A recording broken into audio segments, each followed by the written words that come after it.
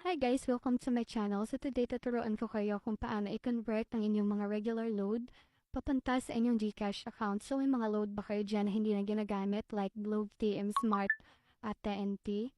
So kung meron po at gusto nyong ipa-convert into GCash, just PM lang po sa page namin or sa Facebook account namin.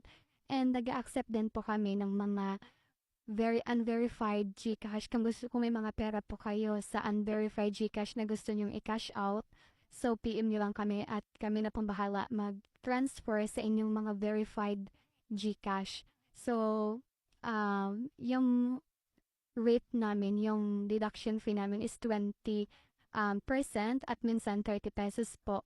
So like for example, nagpa-trade kayo ng 100 loads, so i-convert natin yan sa GCash 70 pesos. Kapag 1K naman is 970. So just PM lang guys sa aming Facebook account. So ito po yung Facebook account namin, Sam Traders. So ilalagay namin sa comment section at sa description ng video na to ang link para direct na kayo makapag-message para hindi kayo ma-scam. So nandito na rin po yung mga proof namin.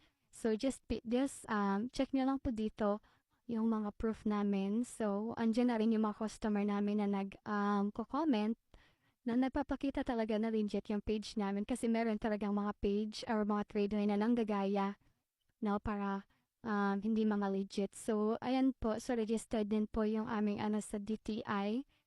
So, ayun na po bahala dyan check.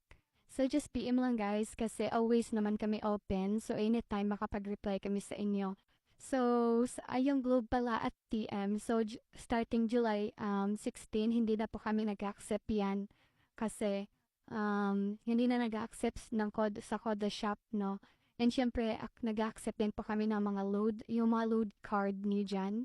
So, pwedeng-pwede namin yan i-convert into GCash. So, yan lang po. So, hoping makapag-message kayo po sa Facebook account namin para matransfer na natin yan, yung mga load nyo into GCash money. So, thank you guys for watching.